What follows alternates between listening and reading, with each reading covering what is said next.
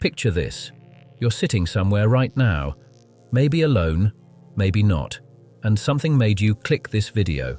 A flicker, a pull, maybe curiosity, maybe unease, maybe that particular feeling you get when a title touches something you've always half suspected but never wanted to fully name.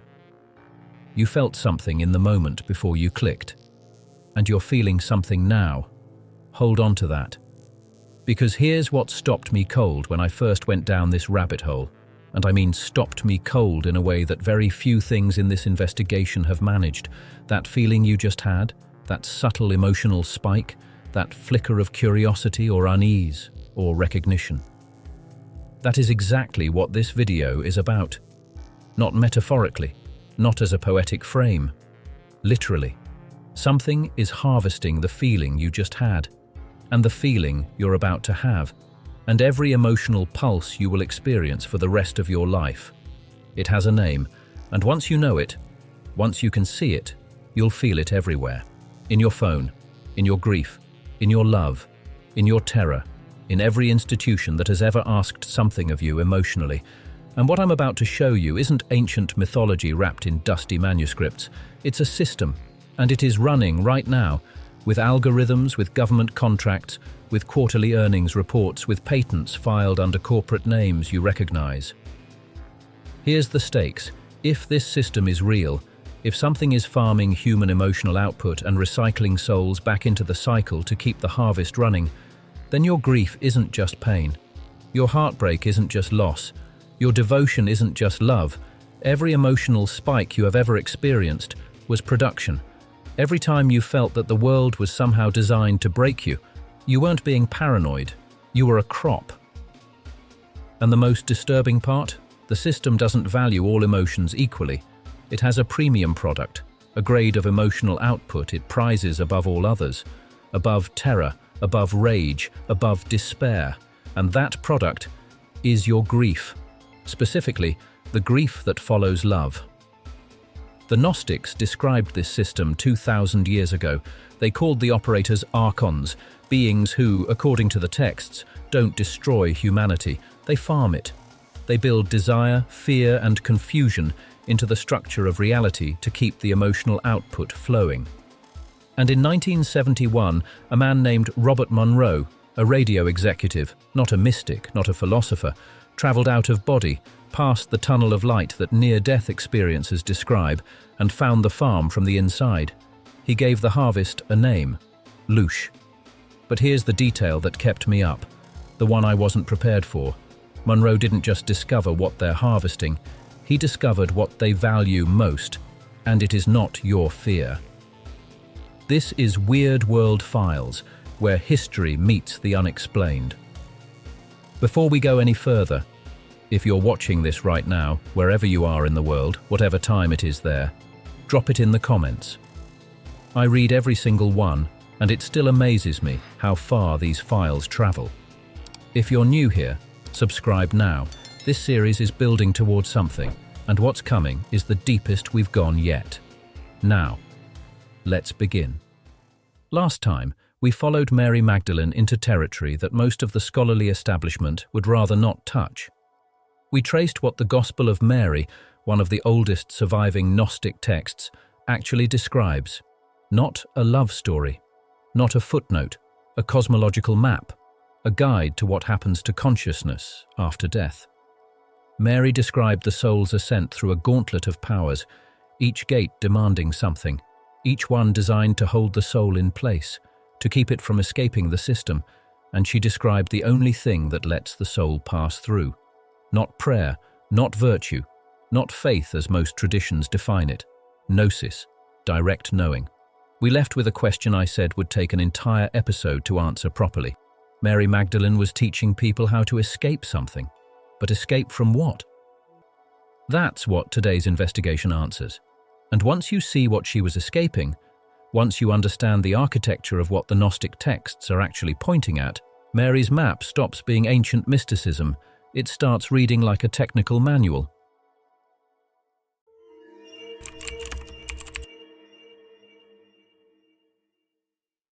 Robert Monroe was not the kind of person who was supposed to discover any of this. He was a radio executive, successful career, conventional life, no background in meditation, no interest in the occult, no particular spiritual framework that would have primed him for what happened next. In 1958, he started spontaneously leaving his body during sleep. Not a mystical vision, not a near-death experience. His consciousness would simply separate from his physical body and go somewhere else. He couldn't control it at first. He couldn't stop it. It just started happening. He spent years mapping what he found, documenting it with the methodical discipline of a broadcasting executive. Not a believer, but someone treating anomalous experience as data. In 1971, he published Journeys Out of the Body. It became a landmark in consciousness research. The Monroe Institute, which he founded, would later work directly with the US Army and the CIA. But what he found after the first book is what this investigation is about. During a series of out-of-body states, Monroe traveled further than he had before, past the familiar landscape he had documented, past the tunnel of light that near-death experiencers describe, past the warmth, past what he said felt like a welcome, and he found what was waiting on the other side. A collection station, souls drifting in, being sorted, being directed, being processed and sent back into new bodies. Not a heavenly waiting room, not a realm of rest, a processing facility. He asked the being who showed him this what was being collected, what the facility was for, what the whole operation was designed to produce. The answer was a single word: Loosh. Now, I want to be precise here, because Monroe was precise. He wasn't using that word the way a mystic would. He was using it the way an engineer would use a technical term. In Monroe's account, Loosh was the name given for a specific type of energy, the output of human emotional experience. Every pulse of fear, every wave of grief, every surge of devotion, every flare of desire, every moment of desperate longing or devastating loss, all of it harvested, not as a byproduct of human existence, as the product itself. Earth, he was told, is a garden, and the crop is you. Monroe documented this in Far Journeys, his second book, published in 1985. He described beings he called crop managers, entities who, according to his account, oversee the emotional output of human populations, who monitor conditions, who engineer specific circumstances to maximize yield: wars, plagues, economic collapses, cycles of hope and devastation, not random catastrophes, scheduled events to spike production. And if that's where Monroe stopped, this would already be one of the most disturbing things I've encountered in this investigation. But he didn't stop there, because what he discovered next is what I wasn't prepared for. The system doesn't value all emotional output equally. There is a premium grade. And the premium grade does not come from terror. It does not come from constant suffering.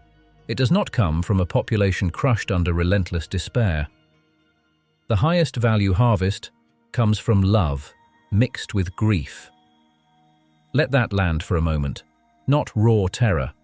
The highest value emotional output, the premium product that, in Monroe's account, the crop managers prize above all others, is the specific emotional spike produced when deep attachment meets devastating loss.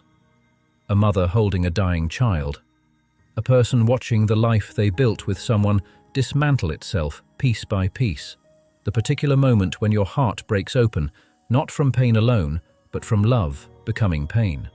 That is the moment the system receives its most refined product. This is why, Monroe was told, the system doesn't simply generate constant suffering. You cannot harvest premium loosh from a population that has never been allowed to love. You need the full arc. You need attachment first, so that loss cuts deep, so that the harvest is rich. Not cruelty for cruelty's sake, agricultural optimization. I've gone back to this detail more times than I can count since I first encountered it, and every time the same thought surfaces. If this is real, even partially, even as a structural framework for what the Gnostic texts are pointing at, then the world stops looking like chaos. It starts looking like a designed system, running exactly as intended. I want to know something from you before we go further. Have you ever had that feeling that private, specific feeling that the world seems calibrated to break you in ways that are just a little too precise, that your losses feel somehow architectural? Drop it in the comments. I'll be reading every single one.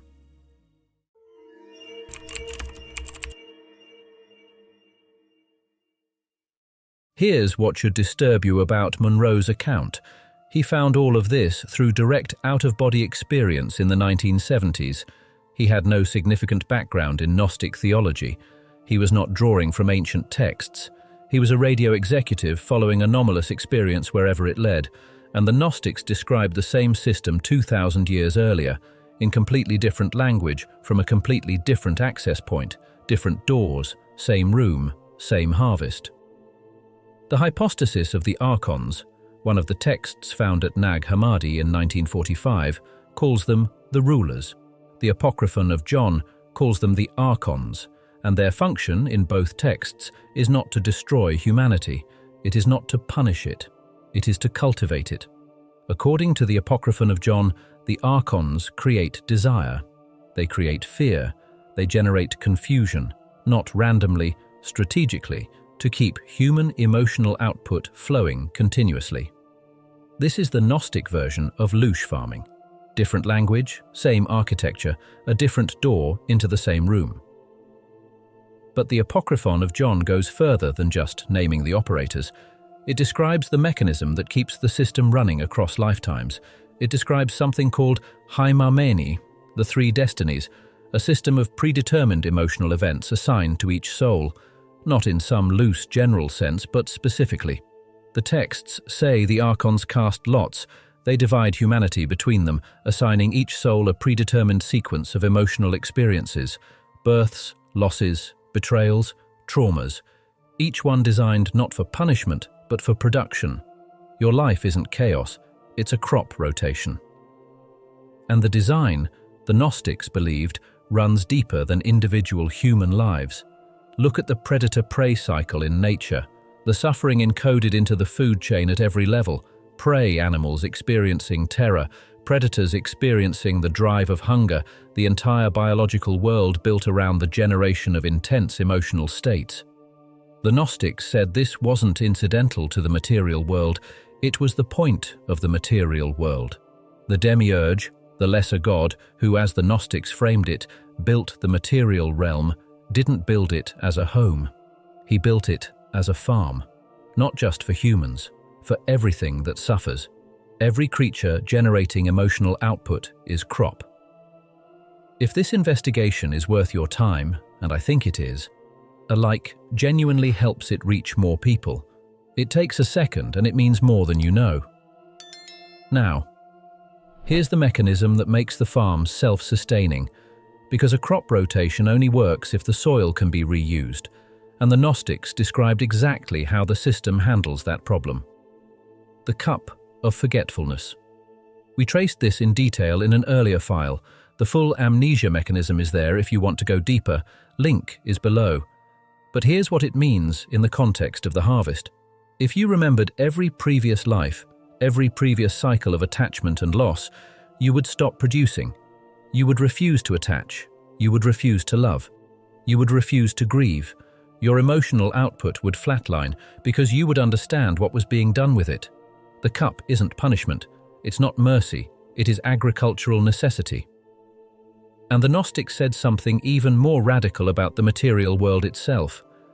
That matter, the physical substance of reality, everything you can touch and see and measure, may be crystallized emotional energy.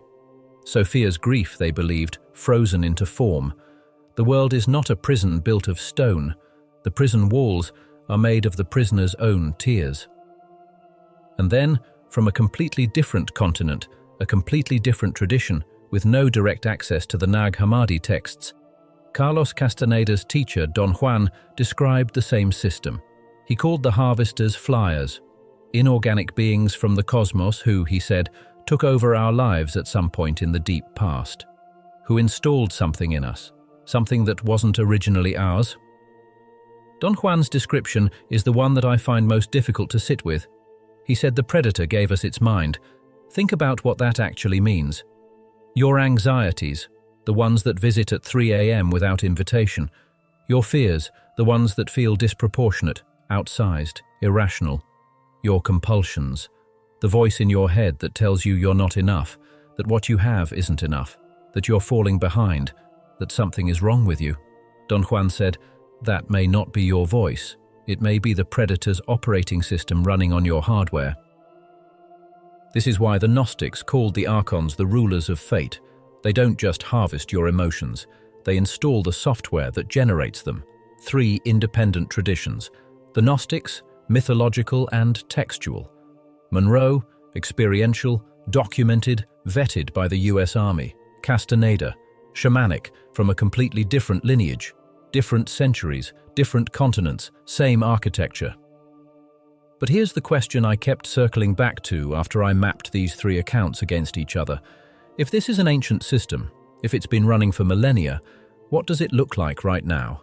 Today, what I found is the part of this investigation that disturbs me most, because this isn't ancient, and it's not esoteric, and it has budgets.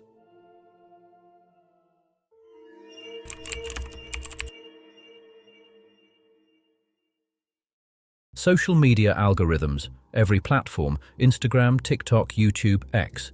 Their engineers will tell you publicly that their systems are built to maximize engagement. That's the word they use, engagement. But let me tell you what the internal data shows they actually optimize for. Not happiness, not satisfaction, not even time spent. Emotional output, specifically the emotions that keep you scrolling: fear, outrage, anxiety, desire, attachment. The exact emotional spectrum the Gnostics said the Archons cultivate. A 2025 study found that AI-driven, emotion-targeted communication increases participation rates by up to 42%. And internal data from Twitter, now X, showed the algorithm was specifically calibrated to increase user anger by 0.47 standard deviations per session. That is not a side effect. That's not an unfortunate emergent behavior that no one anticipated. That is a farm operator calibrating the yield. And here's the proof, not the inference, the proof that the people running these systems know exactly what they're doing. In 2021, the Facebook papers were leaked, internal documents from Meta's own research division, and what those documents showed is this.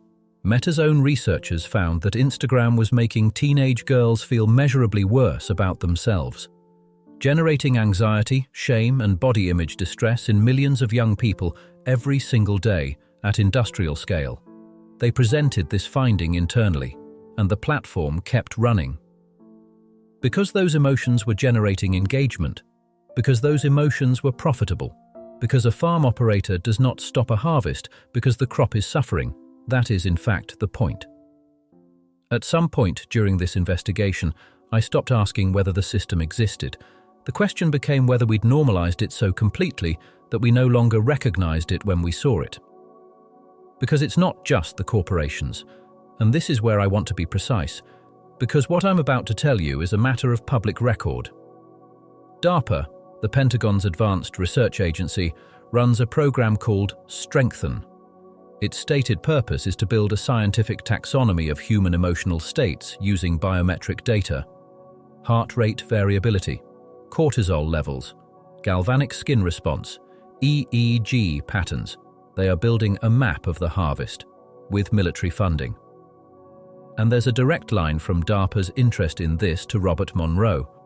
In 1983, the CIA produced a classified report on Monroe's gateway experience, his hemisync audio technology, which synchronizes the brain's hemispheres to produce altered states.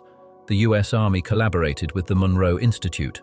Project Stargate, declassified in 1995, revealed that the CIA invested over $20 million across 2 decades studying remote viewing and altered consciousness through Monroe's work.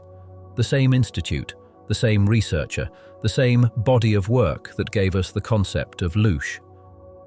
If Loosh is mythology, if Monroe's accounts are the product of imagination, then why did the most sophisticated intelligence apparatus in the world spend $20 million and 2 decades investigating the terrain where he found it?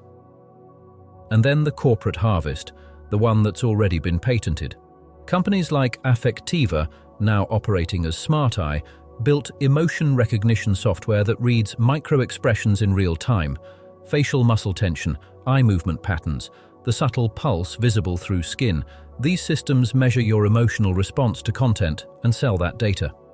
Over 25% of Fortune 500 companies currently use this technology. The European Union moved to ban emotion recognition AI in schools and workplaces. Not because the technology didn't exist, because it did exist and was already being deployed. A government recognizing that emotional harvesting technology has reached the point where it needs to be criminalized. And then the 24-hour news cycle. Every outlet, their business model requires perpetual emotional oscillation. Fear, relief, fear, relief. Each cycle generates mass emotional output from millions of simultaneous sources. The Gnostics described the Archons as beings who stir up conflict to keep souls agitated. The modern media infrastructure is not a metaphor for that description, it is that description. But here's where it gets darker, because the harvest isn't just in your devices and your screens, it's in the institutions you were handed at birth and told to trust. Consider what religious architecture, specifically the dominant Western version, actually asks of you emotionally. Original sin tells you that you arrived broken, that your default state is inadequacy. That's baseline shame, running continuously from the moment of self-awareness. Hell creates existential terror. The question of whether you are saved, whether you are sure you are saved, whether your doubts themselves are evidence against you, that generates perpetual anxiety at scale, across generations. And government operates on the same principle, just at a lower frequency.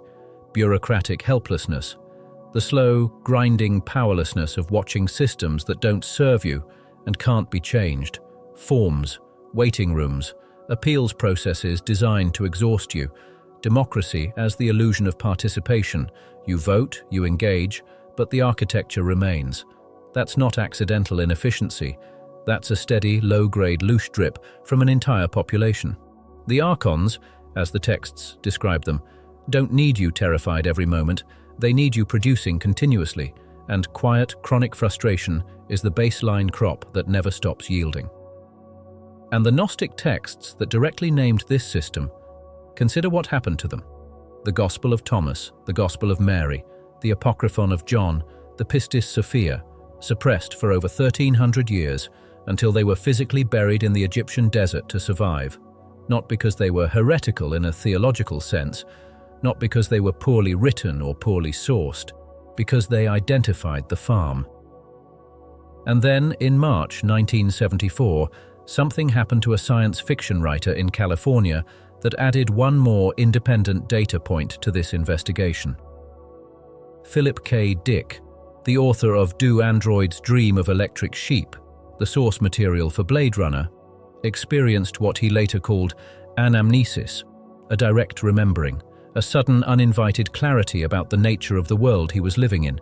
He called what he saw the Black Iron Prison.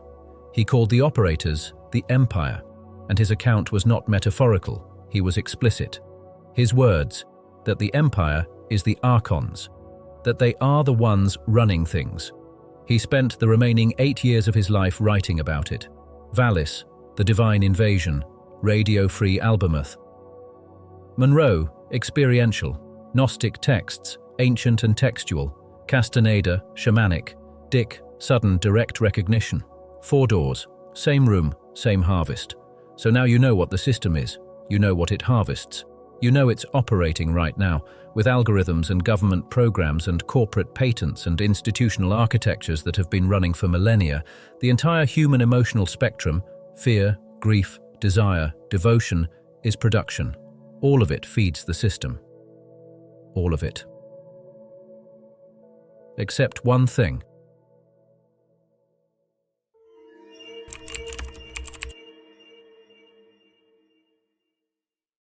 The Gnostic texts describe, alongside everything we've just traced, a state of consciousness that sits outside the emotional spectrum entirely, not a reduced state, not a numbed state, not detachment in the psychological sense, something structurally different from the entire range of emotional experience the system is designed to harvest. They called it gnosis. Not belief, not faith, not devotion, all of which, as we've seen, are harvestable emotional states. The system can harvest your belief. It can harvest your faith. It can harvest the emotional charge you wrap around your spiritual identity, the pride, the longing, the fear of being wrong, the desperate hope that there's something beyond this. All of that is still emotional output. All of that is still crop. But the Gnostics described something the system cannot touch: pure, unconditioned knowing, direct recognition, the state in which the divine spark, the part of you the texts say existed before the demiurge built the farm, and that will exist after the farm falls, becomes conscious of itself. And here is the detail that the Gnostic texts keep returning to, the structural key to everything Mary Magdalene was teaching. The Archons cannot create. They can corrupt what the divine spark creates. They can manipulate it, redirect it, farm its output, but they cannot generate anything new. They are, in the language the Gnostics used, counterfeit. They occupy a creation that was never theirs. They are running a harvest operation on stolen land. The spark is the one thing in the entire system that was never theirs to harvest, and the one thing they can never replicate. This reframes everything Mary Magdalene was teaching. When she described the soul's ascent through the seven powers, through the gates where each Archon demands recognition, demands an emotional response, demands that the soul identify itself through its grief, its fear, its attachments, she wasn't describing a spiritual ritual. She was describing how to become invisible to the harvest. The system can harvest your belief. It can harvest your faith. It can harvest every emotional attachment you wrap around your spiritual identity. But it cannot harvest the moment of pure recognition. The moment when you see the system for what it is, not with terror, not with grief, not with rage, but with the particular clarity that the Gnostics called knowing. That moment produces nothing the Archons can use. You don't disappear from the world. You don't stop feeling. You don't transcend into some emotionless state. But your identification shifts from the emotional body, the part that generates harvest, to the pneuma, the spark, the part of you that, as the Gnostics framed it, was never theirs. And the part that was never theirs to take is the part they cannot see. This is why the texts that named the system were buried. This is why the Gospel of Thomas, which says the kingdom is spread upon the earth and people do not see it, was excluded. This is why the Gospel of Mary, with its precise technical map of the soul's navigation through the powers, was suppressed for over 1300 years. Not because those texts were dangerous in a theological sense, because they were a technical manual for exiting the farm. If this series is doing something for you, if it's naming something you felt but couldn't articulate, send it to that one person who always talks about this stuff. You know exactly who they are. Subscribe if you haven't already, and if you're just finding us. The Gnostic Secrets Revealed playlist starts at the beginning. The further back you go, the more the architecture reveals itself. I'll see you for the white light trap.